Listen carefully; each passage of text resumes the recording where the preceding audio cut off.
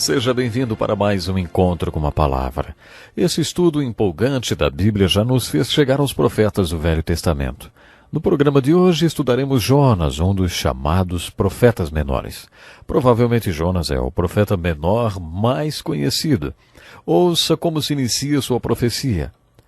A palavra do Senhor veio a Jonas, filho de Amitai, com esta ordem: vá depressa à grande cidade de Nínive e pregue contra ela, porque a sua maldade subiu até a minha presença. Mas Jonas fugiu da presença do Senhor, dirigindo-se para Tarsis. Desceu à cidade de Jope, onde encontrou um navio que se destinava àquele porto. Depois de pagar a passagem, embarcou para Tarsis para fugir do Senhor. O Senhor, porém, fez soprar um forte vento sobre o mar e caiu uma tempestade tão violenta que o barco ameaçava arrebentar-se. Todos os marinheiros ficaram com medo e cada um clamava ao seu próprio Deus. E atiraram as cargas ao mar para tornar o navio mais leve. Enquanto isso, Jonas, que tinha descido ao porão e se deitara, dormia profundamente. O capitão dirigiu-se a ele e disse: como você pode ficar aí dormindo? Levante-se e clame ao seu Deus. Talvez ele tenha piedade de nós e não morramos.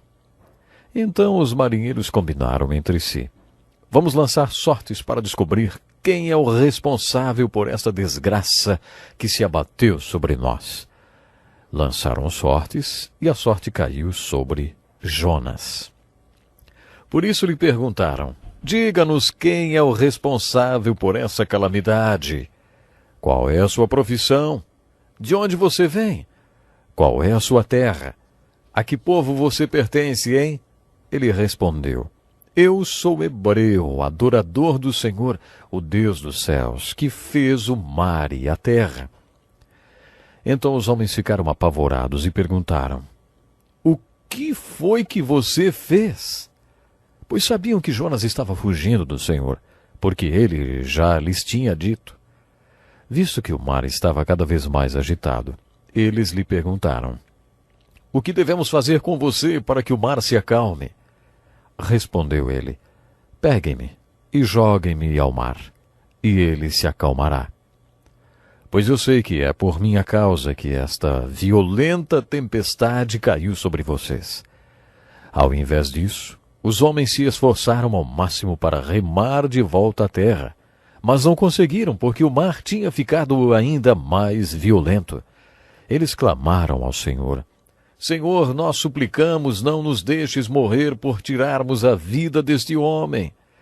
Não caia sobre nós a culpa de matar um inocente, porque tu, ó Senhor, fizeste o que desejavas. Em seguida pegaram Jonas e o lançaram ao mar enfurecido, e este se aquietou. Ao verem isso, os homens adoraram o Senhor com temor, oferecendo-lhe sacrifício e fazendo-lhe votos. O Senhor fez com que um grande peixe engolisse Jonas, e ele ficou dentro do peixe 3 dias e 3 noites.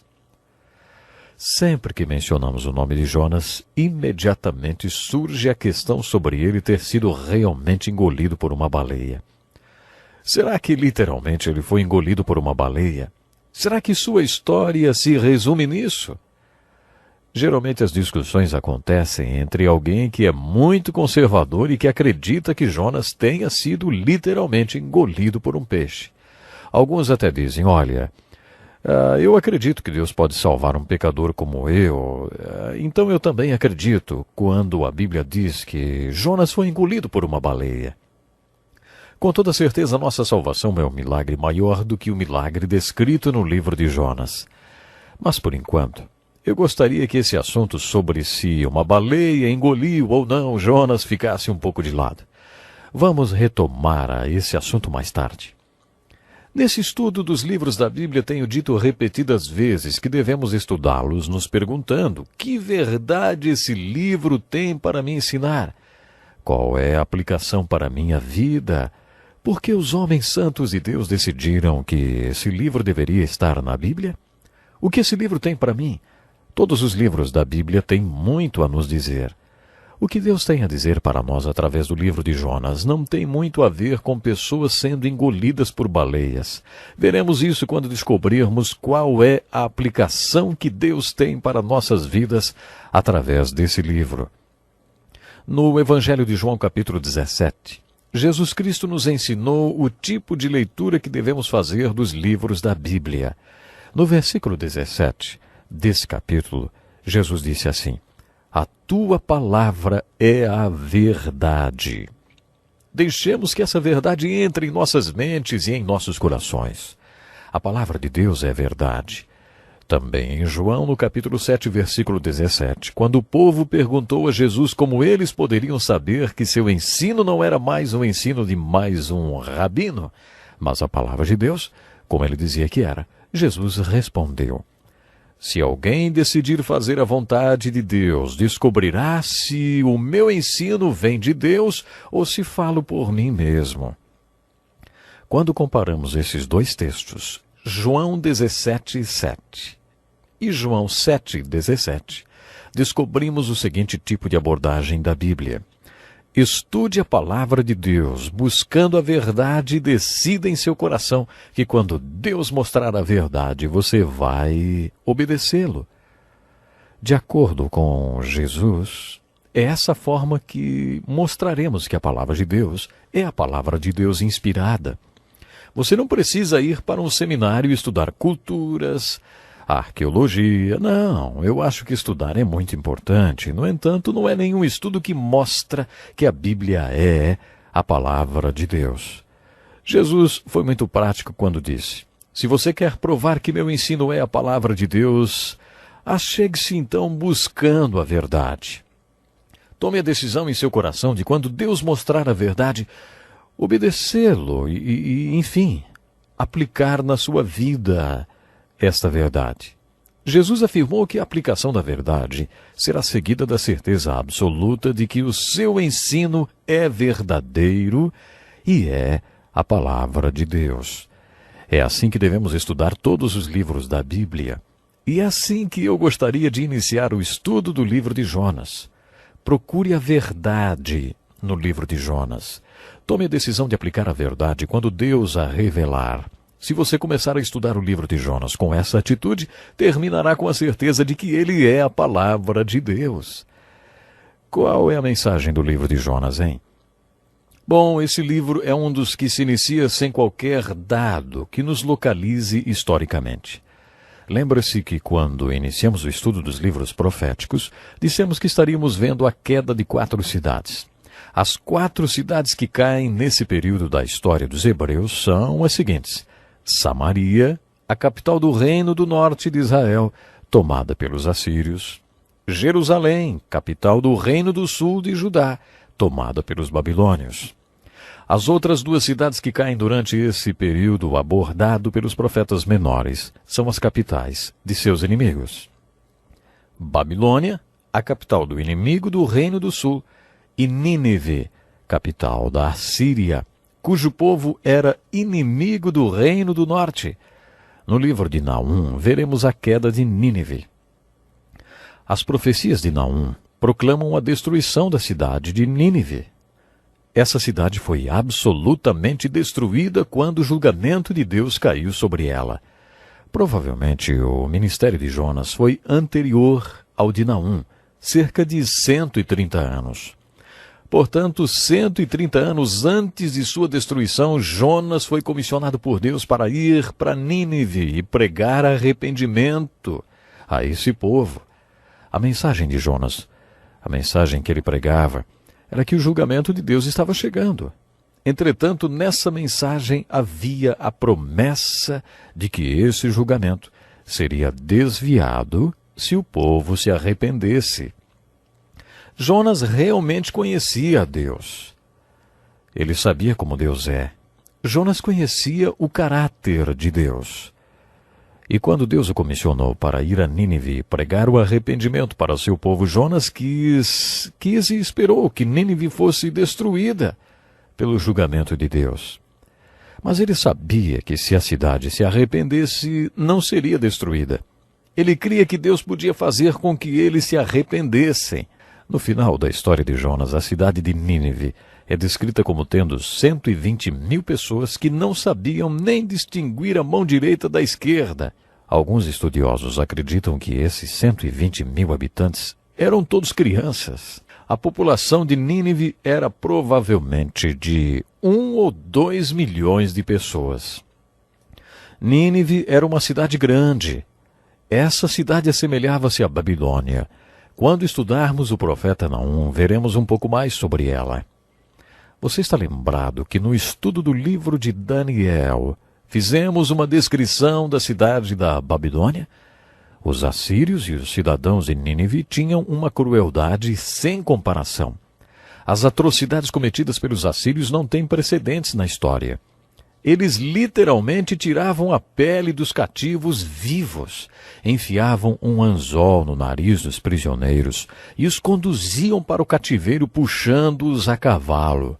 Quando conquistavam uma cidade, massacravam metade de sua população e empilhavam suas cabeças nos portões da cidade para criar terror nos cativos. Eles eram tremendamente cruéis.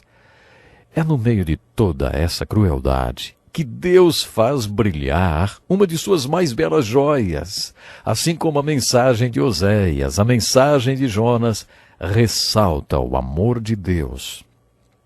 O livro de Jonas fala de um profeta chamado por Deus para ir pregar o arrependimento e a salvação para os seus inimigos.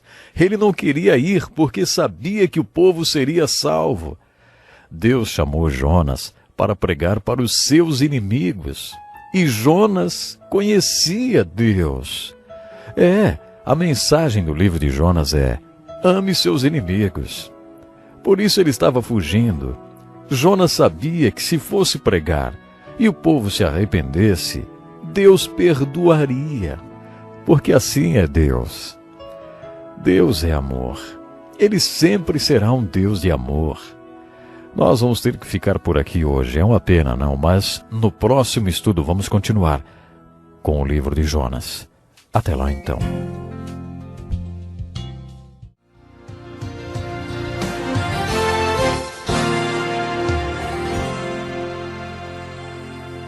Seja muito bem-vindo a mais um programa Encontro com a Palavra. Nesse programa estamos desenvolvendo um estudo de toda a Bíblia e atualmente estamos estudando os profetas do Velho Testamento. Em nosso último programa fizemos uma introdução a um dos profetas chamados menores, o mais conhecido de todos, o profeta Jonas. Há muitas verdades profundas nos primeiros versículos do livro de Jonas. Creio que, baseados no primeiro capítulo desse livro, podemos dizer que aqueles que atendem ao chamado de Deus geralmente obedecem ao seu ide. O oposto também é verdadeiro. Aqueles que não ouvem o seu chamado jamais irão por ele. A verdade, fazendo um jogo com as palavras, é que aquele que vem a ele também vai por ele. Não quero dizer com isso que todos os que vão tornam-se missionários em países distantes. O que quero dizer é que aqueles que vão têm um interesse sincero em compartilhar Deus e Cristo com outras pessoas, interessam-se em ser as mãos de Jesus na terra e uma parte do seu corpo. Você é do time dos que vão quando se torna um canal do amor de Cristo, quando seu amor passa através de você, atingindo aqueles que estão feridos à sua volta? Olha, é exatamente isso que quero dizer com ide. Algumas pessoas nunca vão. Isso não faz parte dos seus planos da vida. A palavra evangélico é muito bonita e sugere um ide. Sugere um ide. A grande comissão do final dos evangelhos e no início do livro de Atos diz assim, ide.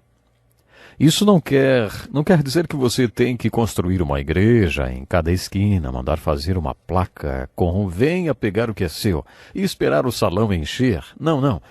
Não foi isso que Jesus disse. Jesus falou exatamente ide. Jesus mandou levar o evangelho a todo mundo. Você tem que ir até ele. Alguns cristãos vivem de um jeito que até parece que Jesus, ao invés de dizer ide, disse, olha, não conte para ninguém. Ninguém precisa ficar sabendo de nada. Isso é um segredo entre mim e você. Tem gente que acha que a igreja foi comissionada para isso. Essa atitude não é bíblica.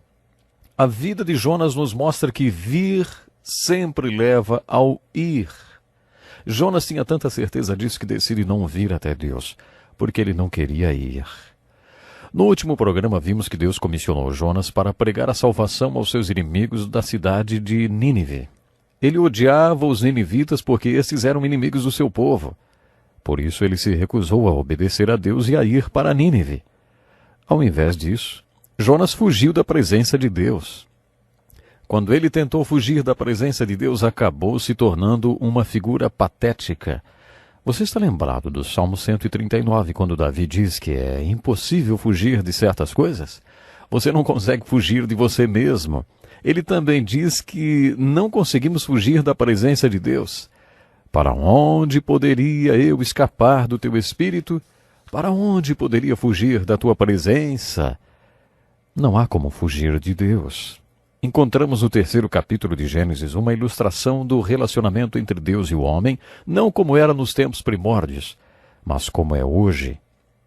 Você está lembrado do que vimos em Gênesis capítulo 3? Logo que o homem se rebela contra a vontade de Deus, deixando de obedecer-lhe, Deus se revela como que perseguindo o homem. Deus pergunta ao homem: onde é que você está? Quem lhe disse que você estava nu? Você comeu do fruto da árvore da qual lhe proibi de comer? O que foi que você fez? Quando estudamos Gênesis 3, ressaltamos que Deus estava procurando o homem não como ele era, mas como ele é. Todas as religiões do mundo podem ser resumidas assim: o homem buscando a Deus. Mas a revelação judaico-cristã da verdade é Deus buscando o homem. Em Gênesis vemos que Deus procura o homem e quando o encontra diz: onde está você? O homem diz: ouvi teus passos no jardim e fiquei com medo porque eu estava nu, por isso me escondi.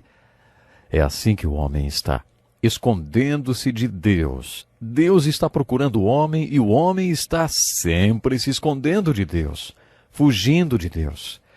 É isso que vemos no 1º capítulo de Jonas. Como podemos detectar que alguém esteja fugindo de Deus? Quando estudamos Gênesis 3, lembro, eu comentei com vocês que alguns psicólogos me disseram que Gênesis 3 mostra a realidade humana. De acordo com esses profissionais com quem conversei, é isso que as pessoas fazem, se escondem da verdade. É assim que encontramos Jonas, escondendo-se de Deus, fugindo da presença de Deus. A última coisa do mundo que uma pessoa que se esconde de Deus quer é ser tratada com repreensão. Na verdade, a pessoa que está se escondendo de Deus quer ser anônima, não quer que ninguém descubra o que está se passando em sua vida. Geralmente elas se escondem das pessoas, e foi exatamente isso que Jonas fez. Ele entrou a bordo de um navio que estava indo para Tarsis, que estava na direção contrária à de Nínive. Mas aí, Deus armou uma grande tempestade para aquele navio e para o profeta que estava fugindo de sua presença e também preparou um peixe para o engolir. Chegamos à seguinte conclusão quando estudamos livre escolha na Bíblia. Deus não força ninguém a fazer nada, porque Ele capacitou o homem com uma vontade livre, capaz de fazer escolhas. A livre escolha é uma das características que nos assemelham a Deus. Somos iguais a Ele, porque, como Ele, podemos fazer escolhas. E Deus não vai violar essa livre escolha que Ele nos deu. Por isso é que Ele nunca vai nos forçar a alguma coisa. É linda a figura que a Bíblia descreve de Jesus Cristo batendo a porta dos nossos corações, da nossa vontade, esperando pacientemente. Ele nunca vai arrombar a porta. Ele fica do lado de fora, bate, espera. Essa porta só tem maçaneta do lado de dentro. O livro de Jonas nos mostra que, apesar de Deus nunca nos forçar a fazer nada, Ele nos leva ao ponto de querermos fazer o que Ele quer que façamos. Talvez você já tenha ouvido sobre 2 homens durante a Segunda Guerra Mundial no topo de uma montanha. Como muitos dos homens tinham sido convocados, um deles disse: ouvi falar que o governo pode nos forçar a lutar, hein? O outro respondeu: não é isso. Ele não força você a lutar. Você é conduzido para o meio da batalha. A decisão de lutar não é sua. Quando Deus quer que façamos algo, Ele deixa bem claro qual é a sua vontade. Ele não vai nos forçar a nada, mas pode fazer uma pressão do peso de um elefante sobre nós, até que resolvemos fazer a sua vontade. Até que fazer sua vontade seja a única coisa sensata que nos resta fazer. Outra coisa a ser observada no livro de Jonas é a soberania de Deus. Vemos nesse livro que é realmente isso que manda. Vemos quem manda. Todos esses profetas pregam um Deus que é soberano e que comanda tudo. De acordo com os profetas, Deus não fica estressado, preocupado com algo que esteja fora do seu controle. Deus tem um plano e sabe exatamente o que está fazendo. A única coisa que faz sentido para nós é sermos chamados de acordo com o propósito e o plano de Deus. Se você tiver o mínimo de sabedoria, temerá a Deus e fará o que Ele quer que você faça. Deus sempre tem um plano. Se você se recusa a tomar parte do plano de Deus, quem sai perdendo é você, não Deus. Deus arruma outra pessoa. Lembram-se do que Mardoqueu disse a Ester? Se você ficar calada nessa hora, socorro e livramento surgirão de outra parte para os judeus. Deus nunca perde o controle, porque Ele é soberano. Observe como Deus controlou as circunstâncias que envolviam Jonas. Primeiro, Deus enviou uma grande tempestade e preparou um grande peixe para o engolir. Mais tarde, Deus preparou outras coisas para fazê-lo enxergar e fazer a vontade de Deus. Quando uma pessoa quer se esconder de Deus, ela tenta vários meios. Pode ser trabalhando muito, jogando muito, bebendo muito, ou até dormindo muito. A pessoa não quer ver a face de Deus. Ela gostaria de dormir para o resto da vida para não ter que encarar aquela situação. Quando Deus enviou a tempestade, todos no navio começaram a pedir a seus deuses. Mas Jonas foi dormir. Todos certamente estavam aterrorizados por causa da tempestade. O capitão desceu até onde Jonas estava e gritou: "O que significa você dormindo numa hora dessas?" O homem que está se escondendo de Deus dorme até em pé. Quem pensa que pode se esconder de Deus, também acha que pode se esconder da tempestade dormindo. Os marinheiros e o capitão do navio deram o checkmate em Jonas quando perguntaram: "Qual é a sua profissão, hein? De onde você vem? Qual é a sua terra? A que povo você pertence?"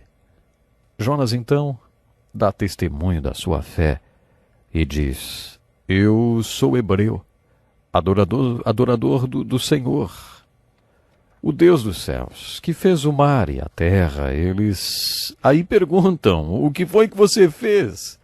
E o que devemos fazer com você para que o mar se acalme?" Jonas respondeu: "Peguem-me e joguem-me no mar, e ele se acalmará. Pois eu sei que é por minha causa que esta violenta tempestade caiu sobre vocês." A tripulação tentou de tudo para salvar o navio, mas viu que era inútil e acabaram jogando Jonas ao mar. Imediatamente o mar se acalmou, e isso fez aqueles homens crerem em Deus. Mesmo sem querer, Jonas foi usado por Deus como instrumento de evangelização para a tripulação daquele navio. Quando eles viram o que aconteceu, adoraram o Senhor com temor, oferecendo-lhes sacrifícios e fazendo-lhes votos. No final do primeiro capítulo, lemos que Jonas foi parar no mar. Além da tempestade, Deus tinha preparado outra coisa para ele: um peixe, e um peixe que engoliu Jonas. Deus preparou esse peixe especificamente para aquele momento. Esse peixe foi simplesmente chamado de um grande peixe. A Bíblia diz que ele ficou dentro da barriga do peixe 3 dias e 3 noites. Agora eu gostaria de passar uma tarefa para você fazer para o próximo programa. Como já disse antes, o título do primeiro capítulo de Jonas poderia ser "Eu não vou". Sabe qual seria o título do segundo capítulo? "Eu vou". Jonas, dentro da barriga do peixe, orou ao Senhor. Imagine como foi para ele ficar dentro daquele peixe. Imagine o cheiro, imagine como ele se sentiu, imagine como deve ter sido ficar dentro da barriga de um grande peixe. Deus estava tentando convencer o seu profeta a pregar para seus inimigos, e o profeta disse não. Quanto tempo você ficaria dentro da barriga de um peixe até que dissesse sim a Deus? Jonas ficou lá 3 dias e 3 noites até que mudou de ideia. Então Deus ordenou ao grande peixe que cuspisse Jonas. E a sua tarefa é descobrir quantas vezes Jonas cita textos da Bíblia enquanto ele estava na barriga do peixe. Faça isso e não perca o próximo programa.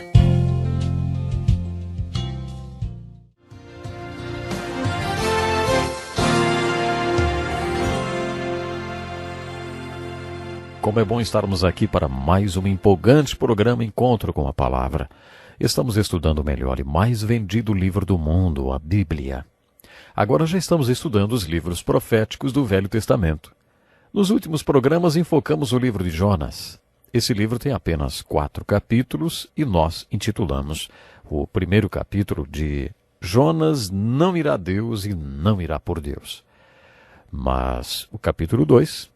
depois que Jonas orou dentro da barriga do peixe que Deus tinha preparado para o engolir e mudou de ideia, intitulamos como Jonas irá a Deus e Jonas irá por Deus. Ouça a oração de Jonas dentro da barriga do peixe. Em meu desespero clamei ao Senhor e ele me respondeu. Do ventre da morte gritei por socorro e ouviste o meu clamor. Jogaste-me nas profundezas, no coração dos mares. Correntezas formavam um turbilhão ao meu redor. Todas as tuas ondas e vagas passaram sobre mim. Eu disse, fui expulso da tua presença. Contudo, olharei de novo para o teu santo templo. As águas agitadas me envolveram, o abismo me cercou, as algas marinhas se enrolaram em minha cabeça. Afundei até chegar aos fundamentos dos montes, a terra embaixo, cujas trancas me aprisionaram para sempre. Mas tu trouxeste a minha vida de volta da sepultura, ó Senhor meu Deus. Quando a minha vida se apagava, eu me lembrei de ti, Senhor, e a minha oração subiu a ti, ao teu santo templo. Aqueles que acreditam em ídolos inúteis desprezam a misericórdia. Mas eu, com um cântico de gratidão, oferecerei sacrifício a ti. O que eu prometi, cumprirei totalmente. A salvação vem do Senhor. E o Senhor deu ordens ao peixe, e ele vomitou Jonas em terra firme. Vimos no primeiro capítulo desse livro um Deus amoroso, comissionando um de seus profetas para ir pregar a salvação aos seus inimigos. Deus comissionou Jonas para ir a Nínive, capital da Assíria, o império que sitiou e escravizou o reino do norte, e Jonas foi chamado para ir pregar o evangelho àquele povo. Jonas diz no capítulo 4 que ele sabia que Deus era um Deus de graça, que tinha amor e poder para reavivar Nínive. Ele sabia que se o povo de Nínive se arrependesse, Deus os livraria do julgamento. Mas os ninivitas eram seus inimigos e ele os odiava. Ele não queria que os ninivitas se arrependessem e não queria realizar uma cruzada evangelística naquela cidade. Jonas embarcou no navio para Tarsis, que além de ser na direção oposta a Nínive, também era a cidade mais distante que ele poderia ter escolhido. É incrível. Sempre tem um navio indo na direção contrária quando queremos nos rebelar contra a vontade de Deus. Só porque naquela hora havia um navio embarcando para Tarsis, não quer dizer que essa era a vontade de Deus para Jonas. Satanás tem muita satisfação em providenciar transporte para aquele que está fugindo de Deus. Nesse episódio do embarque de Jonas para Tarsis, vemos ilustrado o direito de livre escolha do homem e a vontade soberana de Deus. Deus nos fez com livre escolha e, por isso, não nos força a nada. No entanto, ele pode fazer uma pressãozinha sobre nós, uma pressãozinha do peso de um elefante, para que percebamos que o mais sábio a ser feito é aceitar o chamado de Deus para a nossa vida. Depois que Jonas embarcou no navio para Tarsis, é isso que está relatado no primeiro capítulo, Deus mandando uma tempestade.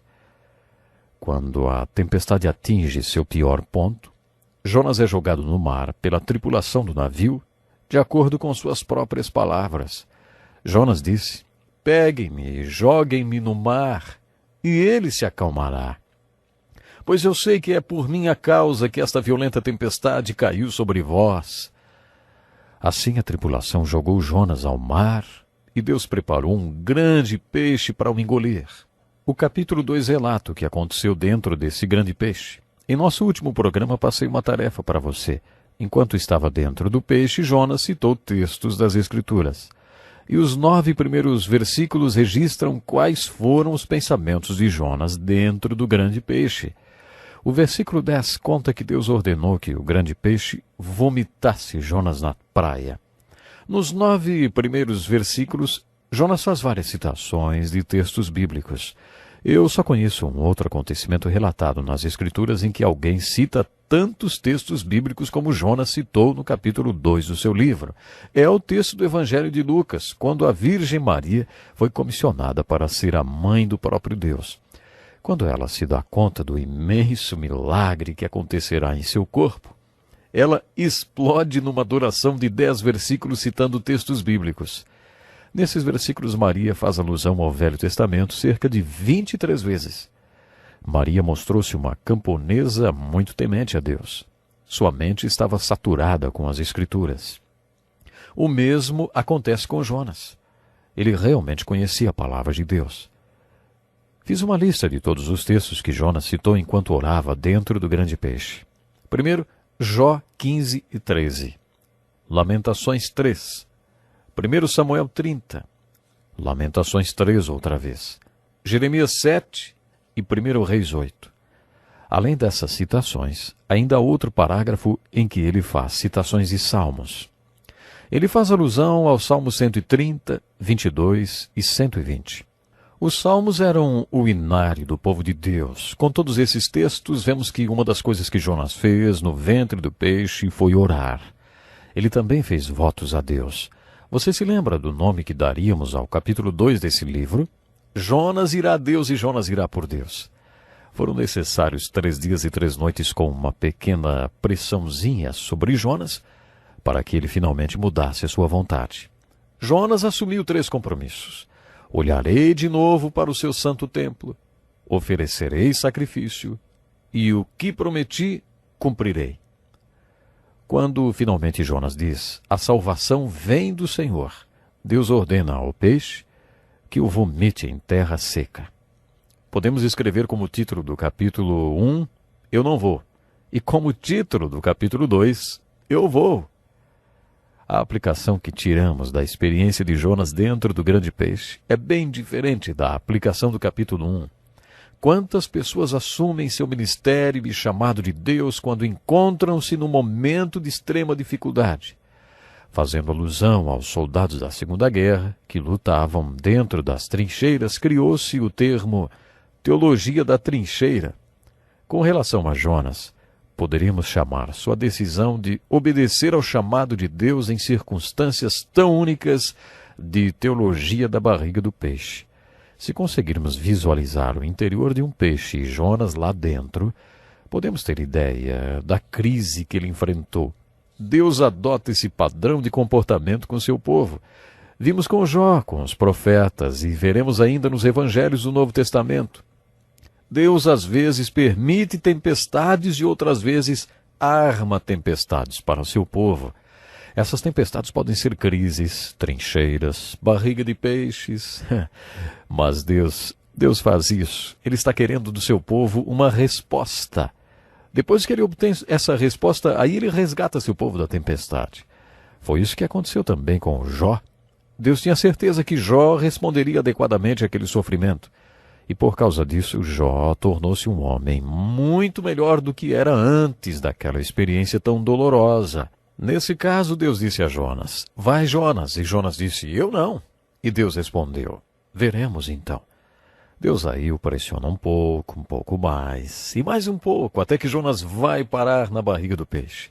E de lá, Jonas diz, eu vou, Senhor. Ouça o que relata o capítulo 3 a respeito do que aconteceu depois que Jonas foi jogado em terra seca. A palavra do Senhor veio a Jonas pela segunda vez. Muitas pessoas não creem no Evangelho na primeira vez que o ouvem. E a maioria das pessoas não responde ao chamado de Deus para suas vidas na primeira vez que Deus a chama. Você não fica feliz em ver a paciência e a perseverança de Deus ilustrada no capítulo 3? A palavra do Senhor veio a Jonas pela segunda vez. Dessa vez, Deus foi paciente com Jonas. Deus o submeteu a uma provação e depois usou essa provação para tirar dele a resposta certa. Depois que Deus obteve a resposta certa de Jonas e viu seu coração pronto para fazer a sua vontade, Lá está Deus paciente e persistente, e comissiona o seu profeta pela segunda vez. Vá à grande cidade de Nínive e pregue contra ela a mensagem que eu lhe darei. Muitas pessoas, depois que leem o capítulo 13 de Jonas, ficam intrigadas. Como uma cidade pôde cair de joelhos ao ouvir a pregação de um profetazinho? Jonas disse: daqui a 40 dias Nínive será destruída. É claro que não foi só dessa palavra que constituiu a cruzada evangelística de Jonas em Nínive. Deus o comissionou para ir pregar as palavras que ele mesmo lhe deu para falar. Jonas deve ter sido um grande pregador. O resumo do capítulo 3 poderia ser: Jonas está indo para Nínive. Jonas está indo para Nínive. Jonas obedeceu a palavra de Deus e foi. Nínive era uma cidade muito grande. Eram necessários 3 dias para atravessá-la. Jonas entrou na cidade e a percorreu em um dia, proclamando: daqui a 40 dias Nínive será destruída. Foi proclamado um jejum e todos os habitantes, do maior ao menor, vestiram-se de pano de saco. Quando as notícias chegaram ao rei de Nínive, ele se levantou do seu trono, tirou suas vestes reais, cobriu-se de pano de saco e sentou-se sobre cinzas. O rei! Aí então emitiu um decreto. Por decreto do rei e de seus nobres, não é permitido a nenhum homem ou animal, bois ou ovelhas, provar qualquer coisa. Não comam nem bebam, cubram-se de pano de saco, homens e animais. E todos clamem a Deus com todas as suas forças. Deixem os maus caminhos e a violência. Talvez Deus se arrependa e abandone a sua ira e não sejamos destruídos. O 3º capítulo de Jonas fala sobre essa importante cruzada evangelística que ele realizou em Nínive. Mas o meu tempo, infelizmente, já acabou. Gostaria de saber o que essa experiência de Jonas tem a ver com você. Será que você alguma vez já compartilhou o Evangelho com outra pessoa? Não vale a pena a gente ser preconceituoso, não é mesmo? Ficamos por aqui. Até o próximo programa.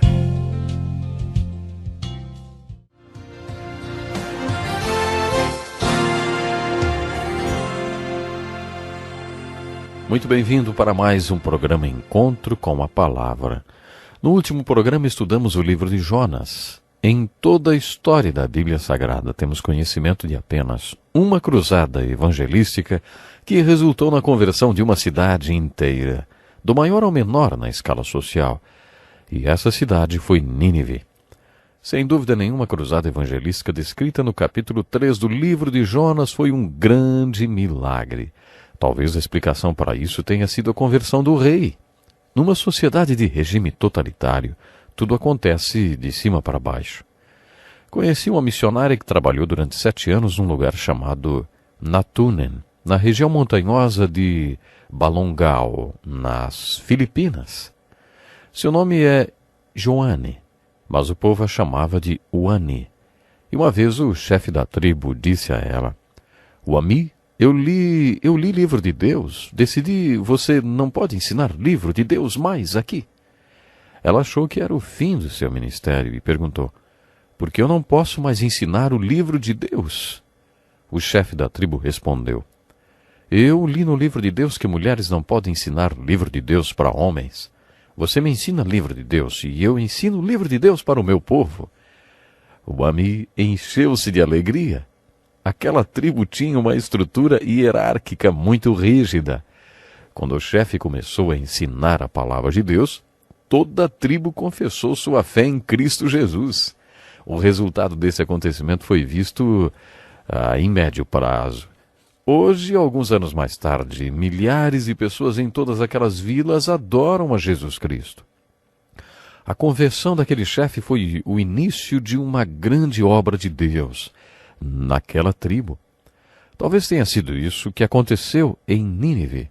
O rei professou sua fé em Deus, o que resultou em 100% de aproveitamento daquela cruzada evangelística de Jonas. Esse milagre do capítulo 3 certamente é um dos acontecimentos mais importantes do livro de Jonas.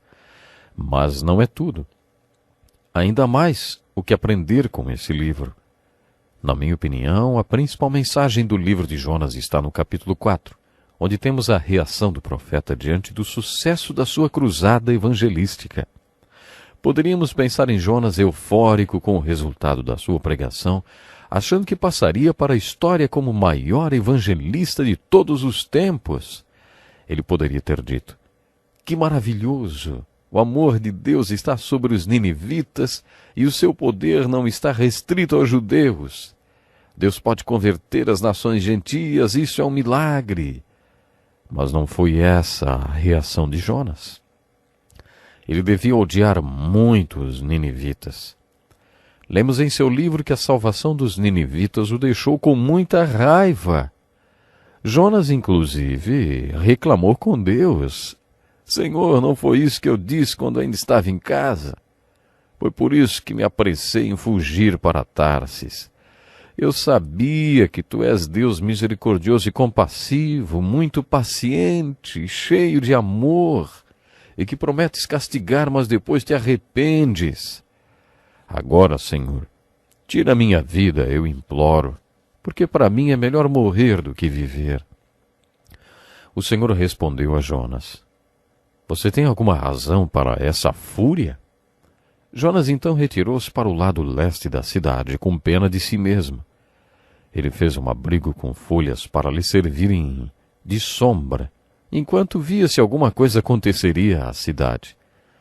Quando as folhas secaram por causa do calor, o Senhor fez nascer uma planta que cresceu rapidamente e espalhou suas folhas sobre Jonas, protegendo-o do calor, protegendo-o do sol. Isso deixou muito feliz e satisfeito. Mas Deus também preparou uma lagarta que, na manhã do dia seguinte, comeu o tronco da planta, o que fez com que ela secasse e morresse. Quando o sol surgiu, Deus ordenou um vento oriental muito quente e o sol bateu sobre a cabeça de Jonas a ponto de ele quase desmaiar e desejar morrer. Ele disse: Para mim seria melhor morrer do que viver. Deus lhe respondeu: Você tem alguma razão para estar tão furioso por causa dessa planta? Jonas disse: Sim, eu tenho. Estou furioso a ponto de querer morrer. Então o Senhor disse: Você tem pena dessa planta, embora não a tenha podado nem a feito crescer. Ela nasceu numa noite e numa noite morreu. Contudo, Nínive tem mais de 120.000 pessoas que não sabem nem distinguir a mão direita da esquerda, além de muitos rebanhos. Não deveria eu ter pena dessa grande cidade? Afinal de contas, o que havia de errado com Jonas para responder para Deus dessa forma? Jonas tinha um problema, e esse problema hoje é chamado de preconceito. Ele tinha preconceito contra os ninivitas. Ele os odiava. Ele era judeu e tinha preconceito contra os povos gentios, inclusive os ninivitas. Os judeus chamavam todos os gentios de cachorros. Jonas tinha esse preconceito. Além disso, os ninivitas eram inimigos dos judeus. Talvez Jonas tenha presenciado as atrocidades que seu povo sofreu nas mãos dos ninivitas. Talvez isso tenha acontecido até com membros de sua própria família. Ele tinha razões para sentir esse ódio, e era por isso que Jonas estava tão furioso. Mas Deus foi muito paciente com Jonas e lhe deu uma boa lição. Deus destruiu as folhas que estavam sobre sua cabeça. A partir daí, Jonas demonstra toda a sua raiva e revela seu temperamento. Deus usa a planta para lhe dar uma lição. Será que Jonas tinha razões para ficar tão bravo com a morte da planta que o abrigava e para a qual ele nada tinha feito para que ela nascesse e crescesse? Uma planta tem uma vida tão curta. Será que Deus também não tinha razões para ficar bravo com o povo de Nínive? Alguns estudiosos acreditam que essas 120.000 pessoas eram todas crianças que não tinham atingido a maioridade. Baseados nisso, esses estudiosos acreditam que a cidade de Nínive tinha entre 1 ou 2 milhões de habitantes. No capítulo 4, vemos Deus desafiando os valores daquele profeta preconceituoso. Quando começamos o estudo dos profetas, vimos que uma das funções deles era remover os obstáculos que impediam a obra de Deus no mundo. Quando essa obra era impedida por algum motivo, o profeta pregava contra aquele problema, até que ele fosse removido e a obra de Deus retomasse seu rumo outra vez. Você sabe identificar qual era esse obstáculo no livro de Jonas? É claro que o obstáculo era o preconceito do profeta e também do povo de Deus. Jonas não era o único preconceituoso em Israel. Todo o povo era. No livro de Jonas, Deus está dizendo que o preconceito deve ser removido para que Deus possa trabalhar através do seu povo de maneira como Ele quer. Mais uma vez, a mensagem de Jonas, que coincide com a de todos os outros profetas, é: Deus ama o homem, Deus ama todo mundo. Deus ama o homem da raça negra, amarela, vermelha, branca. Deus ama o comunista, o nazista. Deus ama o japonês, o americano. Deus ama a todos. Essa é uma premissa encontrada em toda a Bíblia, do Gênesis ao Apocalipse. Todos esses profetas que aparentemente pregavam destruição e tristeza, fogo e enxofre, na verdade, pregavam sobre o amor de Deus. Você entende agora por que eu disse que a mensagem de Jonas não tem muito a ver com o peixe engolidor de gente? A mensagem do livro de Jonas é sobre o amor de Deus. O peixe é mencionado apenas 4 vezes em todo o livro. Jonas é mencionado 17, mas o nome de Deus é mencionado 35 vezes nesse livro de apenas 4 capítulos. Quem é o personagem principal desse livro, hein? Deus. O atributo de Deus mais representado nessa história é o seu amor. A mensagem do livro de Jonas é que Deus não consegue expressar seu amor através dos seus servos se eles forem preconceituosos. Se Deus ama os ninivitas e o profeta os odeia, como é que Deus poderá trabalhar através dele, hein? Como Deus vai expressar seu amor por todos os povos se o seu povo se firma em preconceito? Se você lê o livro de Jonas buscando resposta para as perguntas, o que esse livro quer dizer e o que ele significa para mim, uma das grandes dicas é o fato desse livro ter sido escrito pelo próprio Jonas. Acho impressionante o fato dos escritores do Velho Testamento não tentarem pintar uma boa figura deles próprios. Eles não tentam disfarçar a própria imagem. Na verdade, Jonas, nesse livro, parece ser meio estúpido, e foi ele próprio quem o escreveu. Ele contou a história dele mesmo. O que ele tentou nos comunicar? Ele mostrou como tinha sido rebelde, preconceituoso, e como Deus foi fiel, cuidando dele no meio de toda essa rebelião e preconceito. Jonas está nos dizendo que no seu coração ele não tinha amor pelas pessoas, principalmente pelos ninivitas, mas Deus tinha. Resumindo, nesse livro profético, Jonas está compartilhando conosco algumas verdades espirituais. Eu não tinha o amor ágape quando estava em Nínive, mas Deus tinha e ele estava em mim. Eu não podia amar os ninivitas quando estava em Nínive, mas Deus podia e ele estava em mim. Eu não amei os ninivitas quando estava em Nínive, mas Deus amou e ele estava em mim. Essas verdades espirituais são a mensagem do livro de Jonas. Deus ama o mundo inteiro. Deus sempre amou o mundo inteiro.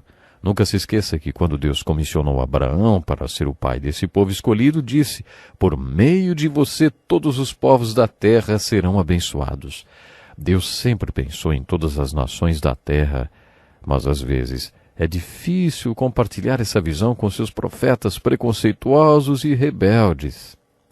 Alguns estudiosos acreditam que há mais verdade nesse livro, há mais uma verdade, a verdade da ressurreição. Eles acreditam que Jonas morreu literalmente, quando foi parar na barriga do peixe.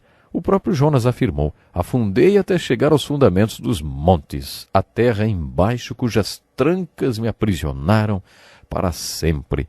Mas tu trouxeste a minha vida de volta da sepultura, ó Senhor meu Deus. Se realmente Jonas morreu dentro do peixe e depois foi ressuscitado, então o livro de Jonas ensina mais do que o amor de Deus. Como superar o preconceito. Mais do que isso, é também uma ilustração de morte e ressurreição. Jesus declarou: pois assim como Jonas esteve 3 dias e 3 noites no ventre de um grande peixe, assim o Filho do Homem ficará 3 dias e 3 noites no coração da terra. Baseado nas palavras de Jesus e de Jonas, muitos acreditam que o livro de Jonas também ensina a doutrina da ressurreição. Essa é a conclusão da mensagem desse livro, o amor de Deus pelo mundo. Até o próximo programa.